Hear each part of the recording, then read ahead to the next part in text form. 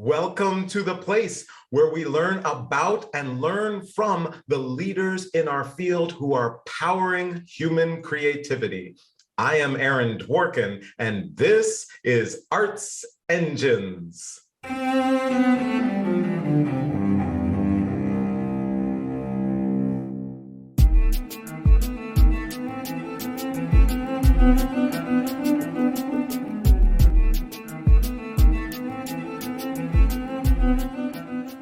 Thanks again for joining me here on Arts Engines. Today's guest is Alex Gonzalez, who serves as the Concertmaster of the Sphinx Virtuosi and Assistant Professor of Violin at UC Boulder College of Music. Alex, welcome to the show. Thank you so much for having me, Aaron. Well, so it is so great to have you on the show. Obviously, I have had the deep honor to be able to know so much of your leadership, your extraordinary talent, and all of that from your history with Sphinx, and of course, your wonderful role with the Virtuosi. So I am particularly excited for this interview. Yes, thank you so much. I'm so happy to get to chat with you today. Absolutely. So you serve as Concertmaster of the Sphinx Virtuosi, and there's some exciting things going on with them. And also, of course, Sphinx is one of our great creative partners for the show, helped us to co-curate for this episode. And so at first I thought, just for our audience, if you could share who are the Sphinx Virtuosi, and as an ensemble, what do you do? Absolutely. The Sphinx Virtuosi is a conductorless, self-conducted ensemble, I should say, of 18 of the world's, sorry, I should say the country, maybe the world, the country's leading Black and Latinx soloists.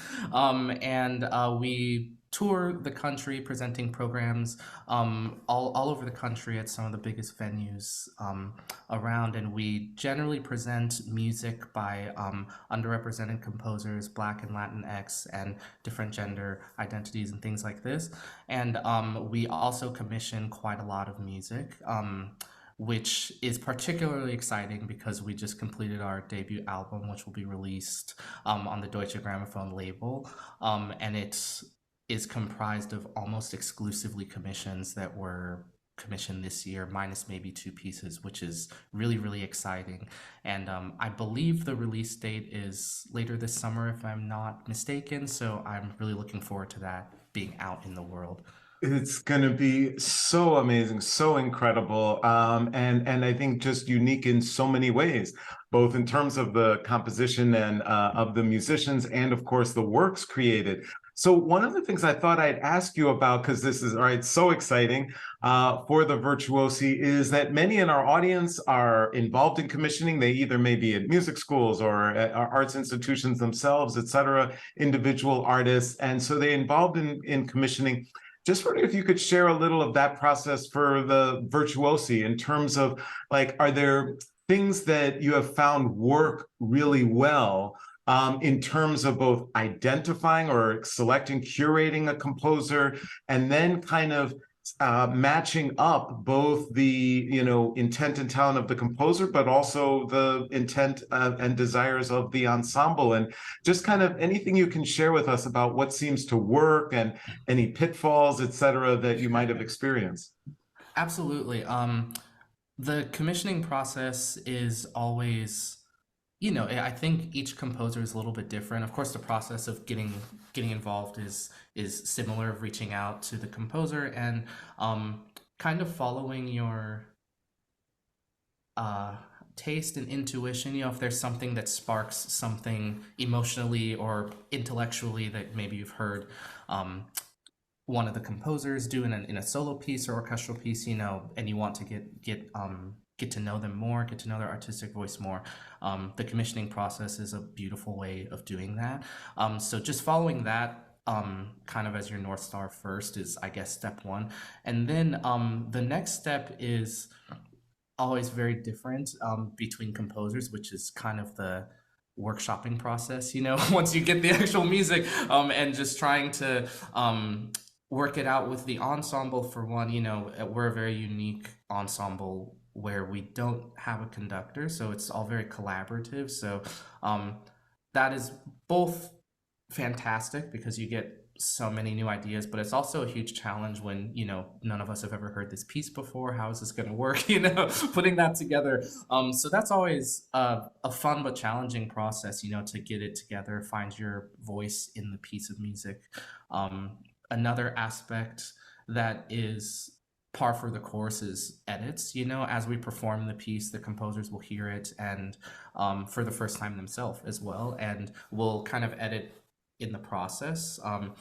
Even for our album that we recorded, we had performed several of the pieces, but before the album, since the composers had heard it several times, the album actually features like new versions of some of the pieces we'd already performed, so that editing process is a huge part of it. So I think it's all about flexibility and ultimately curiosity to really want to be on the same train for the same goal to get to the core of the music. And generally, I always learn so much from the process that I can take back to new pieces, but also the old canon that we also play. It's really just a stimulating process, I think.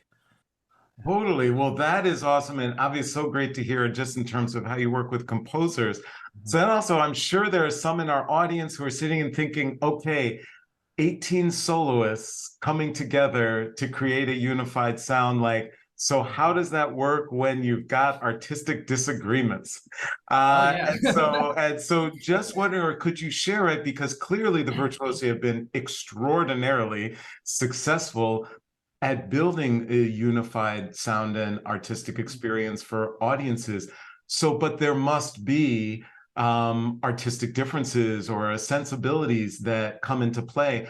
How do you resolve those? So, what are the mechanics that you could share with us for others who might want to try to replicate or do something similar? How do you resolve things like that?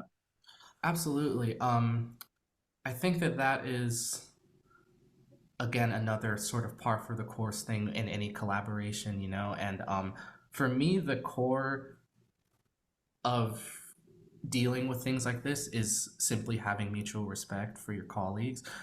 If we have respect for those that we're working with, a disagreement is not the end of the world. It's really an opportunity to discover something new, a new idea, maybe a new idea that neither of us came up with, maybe a third idea, through the friendly debate, So I think that um, overall, it's about respecting your colleagues and respecting their artistry, their opinions, their voice, and especially in my position, being concertmaster and the other principals, I think it's also my responsibility to leave space for everyone's ideas and not kind of take over the conversation. Even though I'm supposed to lead technically, it's important to lead collaboratively rather than in a domineering way, So just leaving space musically, personally for everyone's ideas, and for me to keep in mind everyone in that room is absolutely incredible and very accomplished. So to take their ideas seriously and try them out, and maybe I'll abandon my idea and like there's better, So so just being open to that process is key, I think, to working in a collaborative space. Oh, I love just the way that you describe that collaborative leadership. And obviously it's proven to be just very, very effective, and cannot wait for the album for sure. So unfortunately, we're just about out of time, but I always like to ask of all my guests kind of through these types of processes, there might be challenges, might be artistic differences, but there might also just be challenges or tough days as an artist, as an educator, as a teacher. And so just wondering for you as a leader, are there any things that you do to kind of empower your leadership or to give you kind of solace when there are tough days? Yeah, that's a great question, and that's something that I think happens to everyone, even just day to day, but also sometimes certain seasons of your life may be more challenging.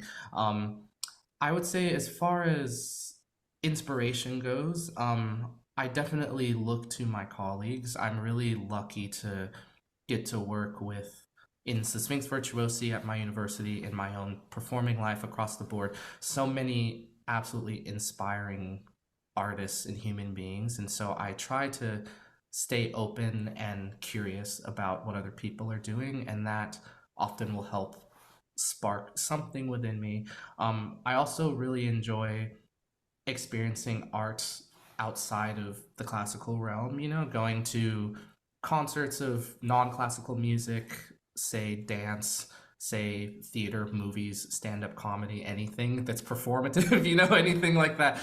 Because there's always something that I can relate to, from a performing artist. And lastly, on a more personal level, I think whenever I'm struggling to find inspiration or things like this, I always try to remember the why.